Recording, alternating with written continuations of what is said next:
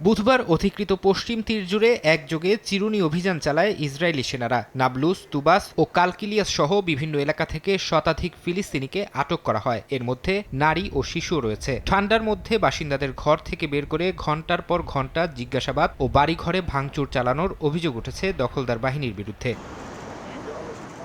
একই দিন বেথলেহেমের একটি সামরিক চেকপোস্টের কাছে ইসরায়েলি সেনাদের গুলিতে এক যুবক নিহত হয়। পরিবারের অভিযোগ, যুবকটিকে গুলির পর তার মরদেহও নিয়ে গেছে সেনারা। যদিও ইসরায়েলি বাহিনীর দাবি, ওই যুবক ছুরিকাঘাতের চেষ্টা করছিলেন।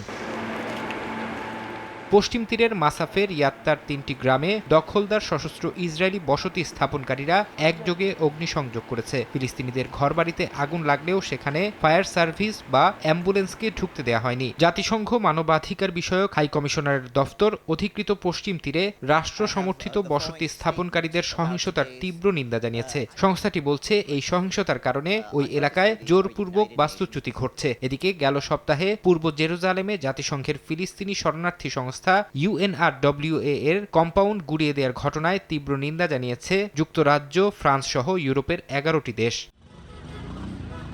এদিকে গাজায় অর্থের বিনিময়ে অস্ত্র ক্রয় কর্মসূচি চালু করা হবে বলে জাতিসংঘের নিরাপত্তা পরিষদে এক পরিকল্পনা তুলে ধরেছে যুক্তরাষ্ট্র। মার্কিন রাষ্ট্রদূত মাইক ওয়ালস বলেন, হামাসের কাছ থেকে অস্ত্র সংগ্রহ করে সেগুলো ধ্বংস করা হবে। তিনি সাফ জানান, গাজার শাসন ব্যবস্থায় হামাসের প্রত্যক্ষ বা পরোক্ষ কোনো ভূমিকা থাকতে পারবে না। আন্তর্জাতিক স্থিতিশীলতা বাহিনী ISF গাজায় শান্তি ও নিয়ন্ত্রণ প্রতিষ্ঠা করবে। এই বাহিনীর গাজায় নিয়ন্ত্রণ প্রতিষ্ঠার উপর ভিত্তি করে ইসরায়েলি সেনাবাহিনী গাজা থেকে প্রত্যাহার করা হবে।